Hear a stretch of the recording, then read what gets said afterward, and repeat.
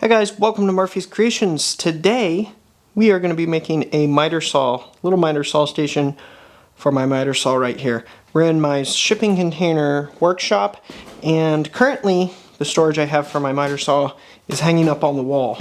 And if any of you guys have ever picked up one of these, you're well aware how difficult this is.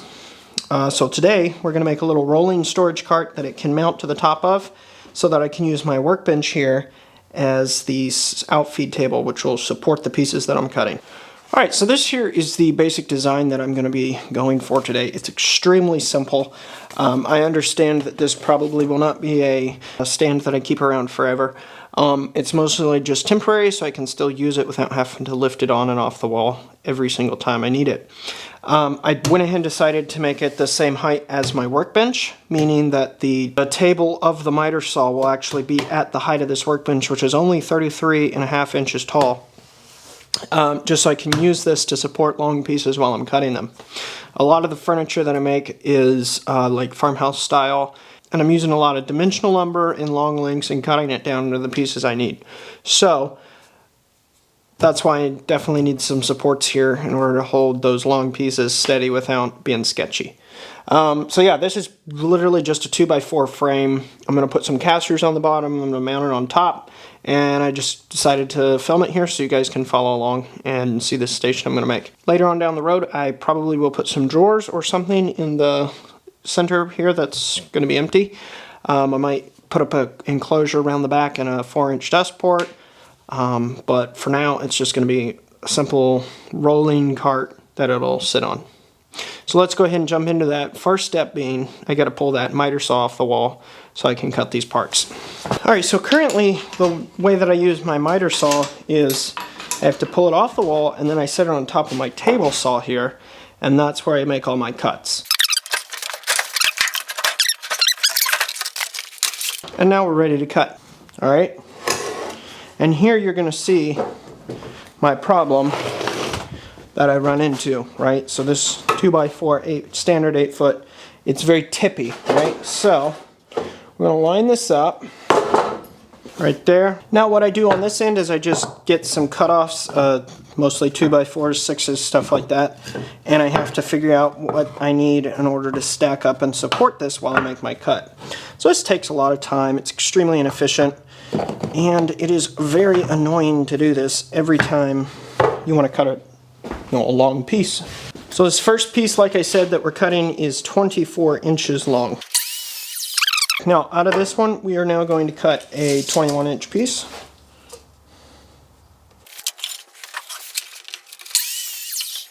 Alright, now we're going to cut another 21-inch piece. Finally, we're going to cut two 14 5/16. These 14 5/16 pieces are going to be our verticals. And as you can see, this is our waste from these two. So now we just need to cut another one exactly the same way.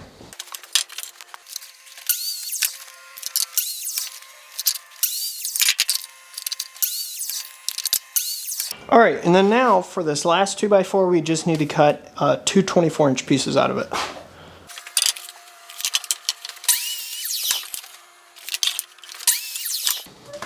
Alright, so these are all of our pieces that we need to cut, but real quick before we start assembly, I did want to say I have these casters that I'm going to use on the bottom, so I can roll it around. They're 6 inches tall, so when you're making yours, just know that I factored in 6-inch tall casters. The only reasons I'm using ones that are this big is because these are what I had on hand. Scraps from another project, so I'm just going to use them. So, now, we just have to assemble a couple frames. So our 24-inch pieces, those are going to be the front pieces of the frame. 21-inch is going to be the side pieces, so we'll put them together with just a simple butt joint. And then the 14, and I think they were 5/16 pieces, are going to be the verticals that will connect the two frames together. To put these frames together, I'm going to be using the Poor Man's Domino's 5/16" dowels here. It's going to be super easy to do. We'll just glue it all, do the dowel joints, glue it all together, and then we will pretty much be done. Now I'm going to be using this Warrior self-centering dowel jig for this. I've used it for a while now and haven't had any issues with it. Works really well.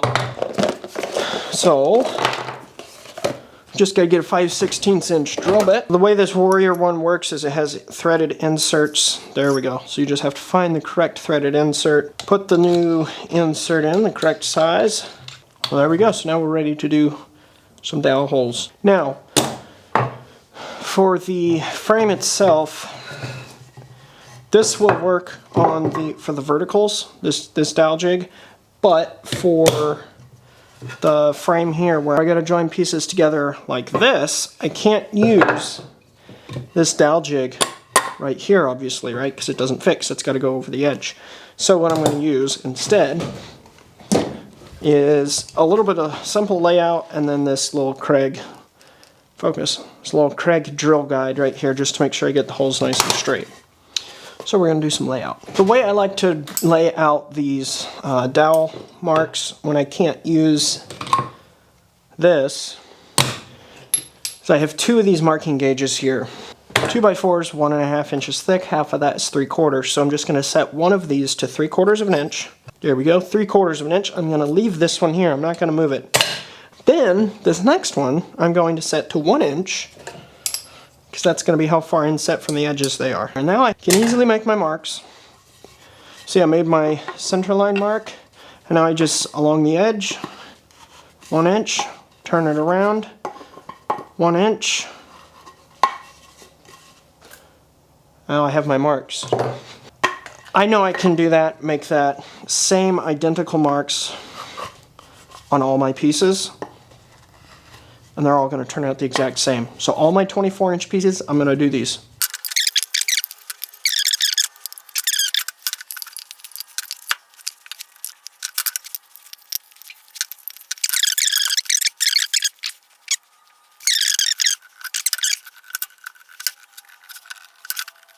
So those are all done. Now, the 21-inch pieces, the holes are going to be drilled on the ends here.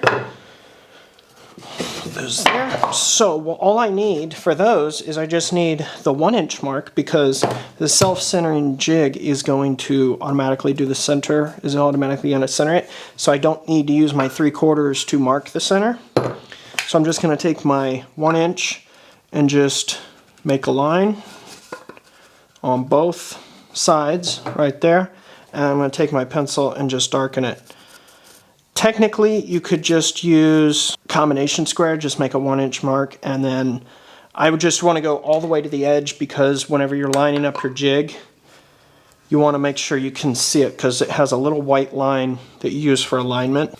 Down in here, this white line on the jig, line it up with our mark that we made on the wood. So we just want to make it wide enough, the mark long enough along the wood, so that we can actually see it whenever we need to line up our jig. Now, just have to go through all the 21-inch pieces and do that same thing.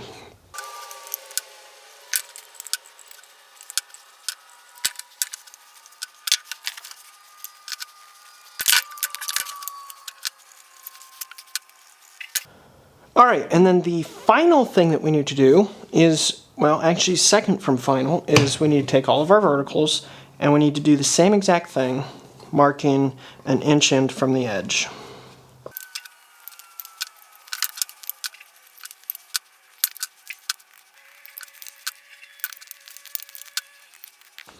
Alright, now the final markings we have to make is on our 24-inch pieces, because our verticals are going to be attached like that. So we need to make a mark an inch from this edge and then 2 inches down here. I actually meant 2.5 inches from the edge. So we'll just make the mark and then we will flip around and bring it across. Just like that right there. And we got, of course, are doing it on one side of the, or one edge of the 24-inch cross member.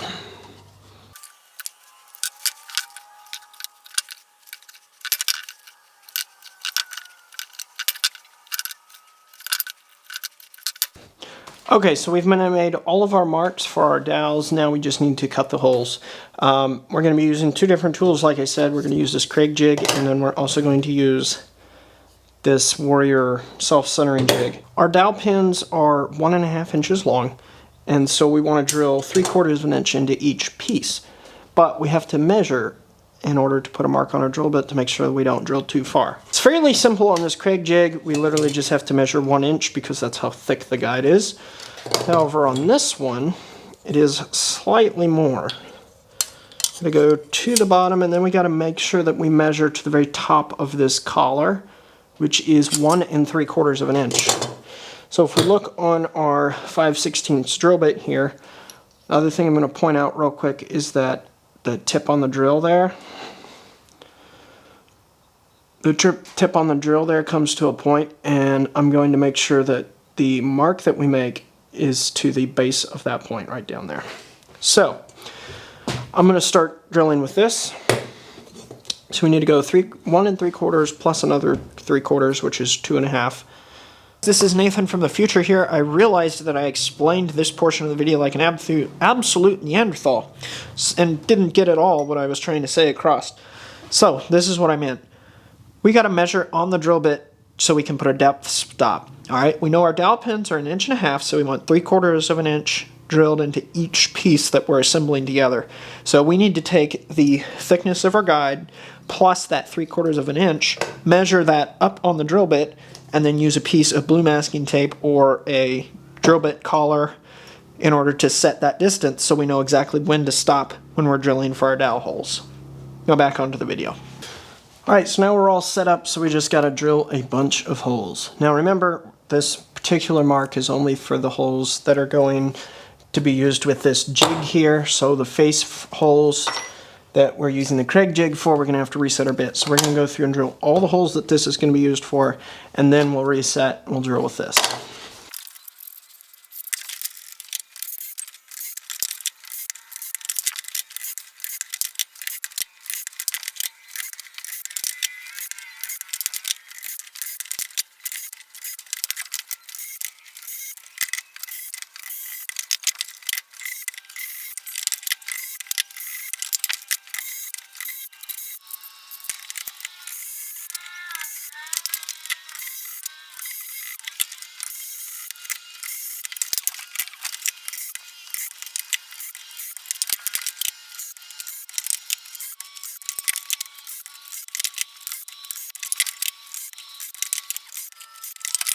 Alright, so now we're done drilling the holes with our self-centering jig.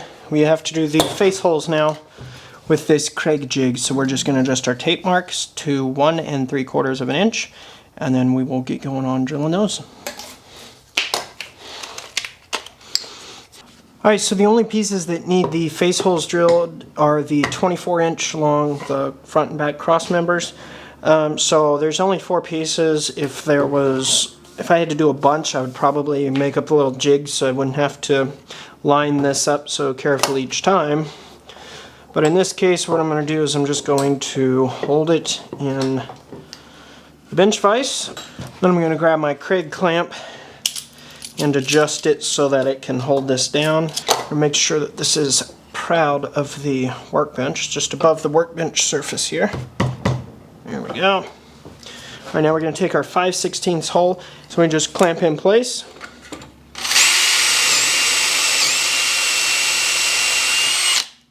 There we go. And just repeat that on all these pieces where we marked them.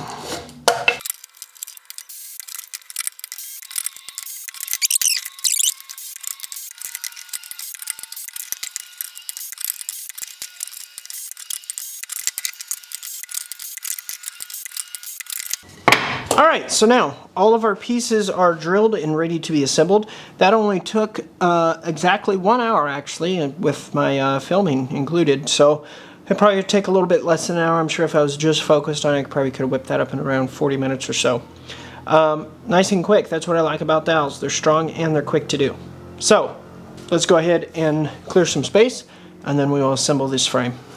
Alright, so all of our dowel holes are drilled. We've got our wood glue, we've got our dowels, we've got all of our parts ready to assemble. So what we're going to do is we're going to take our 24-inch pieces and our 21-inch, I believe they were, pieces, and we're going to do that multiple times until we have 2 squares. So let's go ahead and do it. I highly recommend this Rockler glue bottle set. It comes with a glue bottle and several tips on it. In fact, the tips also fit on these Titebond bottles, which is good to know, but they are marvelous. Get yourself one if you don't have it. Not sponsored, I just am a big fan of it.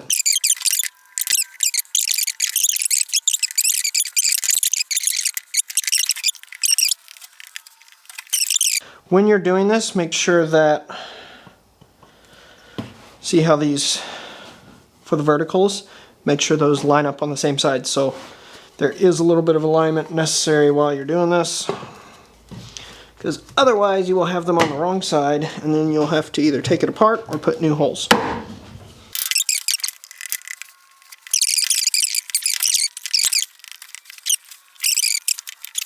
There we go, 2 frames done, nice and fast. Alright, now I'm going to scoot that frame to the side, take this one, lay it down. We have our vertical holes here. We're going to take our vertical pieces. You can see with the roller it gets the glue right there in the holes, so sometimes I don't even need to put extra in. This one didn't get much in. Just like that, and we're going to take this, we're going to roll on here. Whoop. Make sure the holes get it. There we go. Just like that.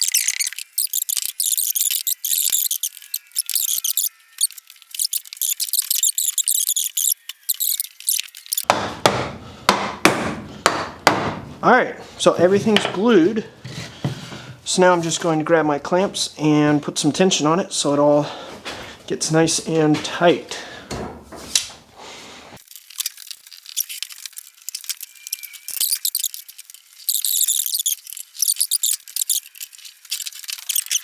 There we go. So very simple frame put together with just simple joinery, dowel pins, and glue. It's going to be more than strong enough for what I need.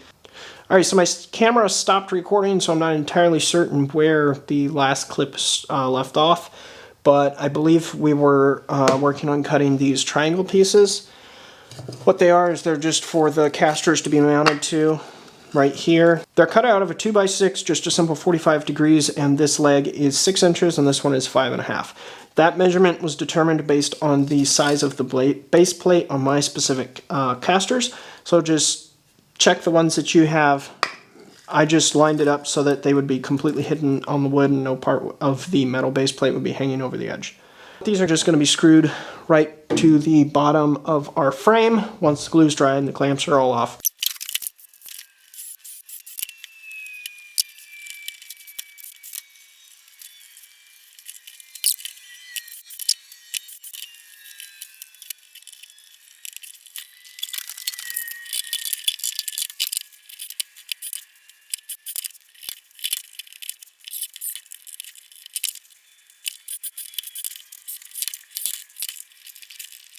Here we go, all 4 are completed, so now let's take the frame out of the clamps and then we can screw these onto the frame.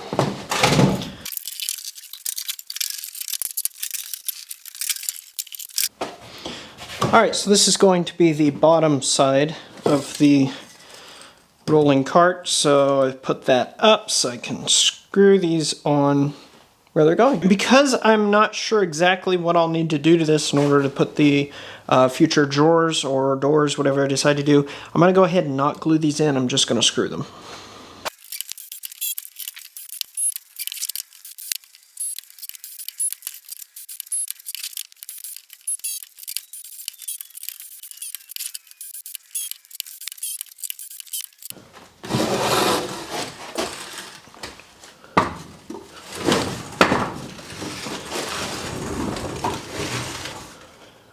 Alright, so here's our frame, and now we just got to mount the miter saw to it. Should be relatively straightforward. Another reason why I wanted to use the large casters that this has is because I currently am running most of this shop off of extension cords, so they're always running over the floor, so the large wheels of those casters will go right over them instead of getting stuck.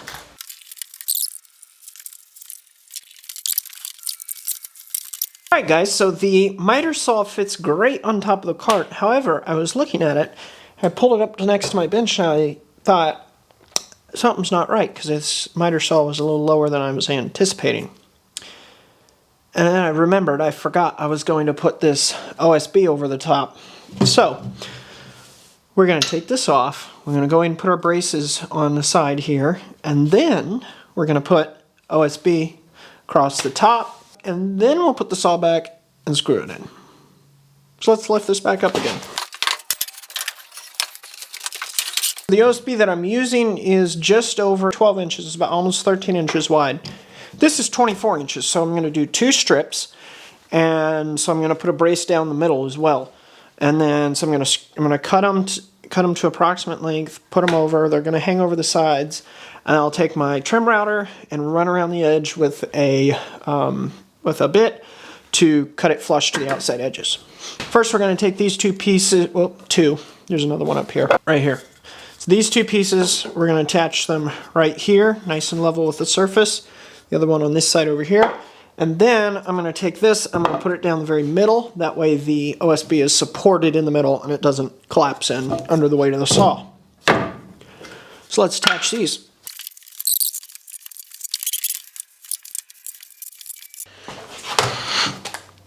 Alright, perfect. That'll be a good solid spot to screw the saw down to. Now we just need the very middle. We're going to mark it right here and right here. So 12 inches, measurement 21.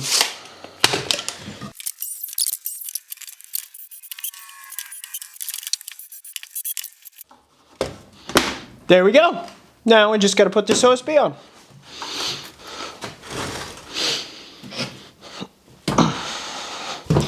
Now, one trick with really any sheet goods is if you use this factory edge, which I know on this OSB the factory edge is here because it's painted blue.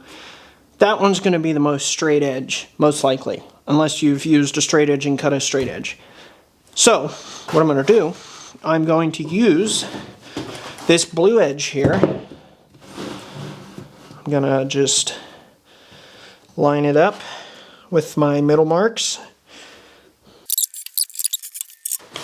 There we go. Now I can just use my circular saw and rip that. Flip this around, right up against here. Make sure we're overhanging so our trim router has something to cut.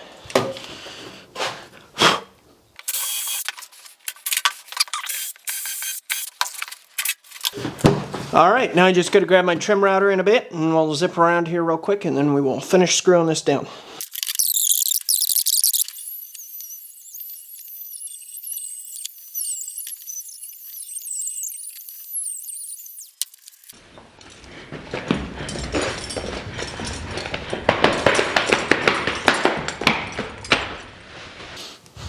Alright, so after running the trim router there to cut the sides perfectly even with the sides, what I'm going to do is I'm going to actually use a chamfer bit and just put a little chamfer on the edge. I think that'll look nice.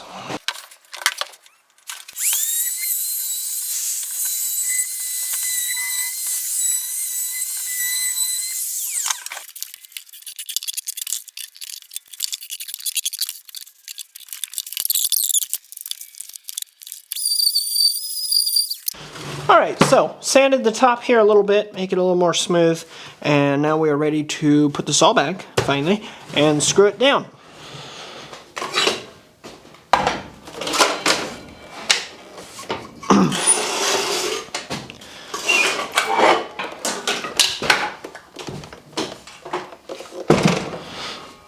Alright, so one thing I want to make sure that I do, I want to be able to put this cart all the way up against the wall, so I got to make sure that this back is not sticking out over the back of the cart, which it won't if I keep the front lined up with the front.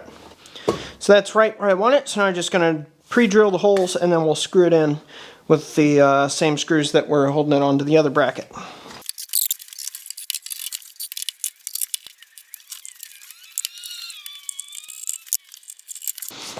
Alright, so here we are complete. It's mounted on the cart. It's up next to my bench. As you can see, there's a slight bump.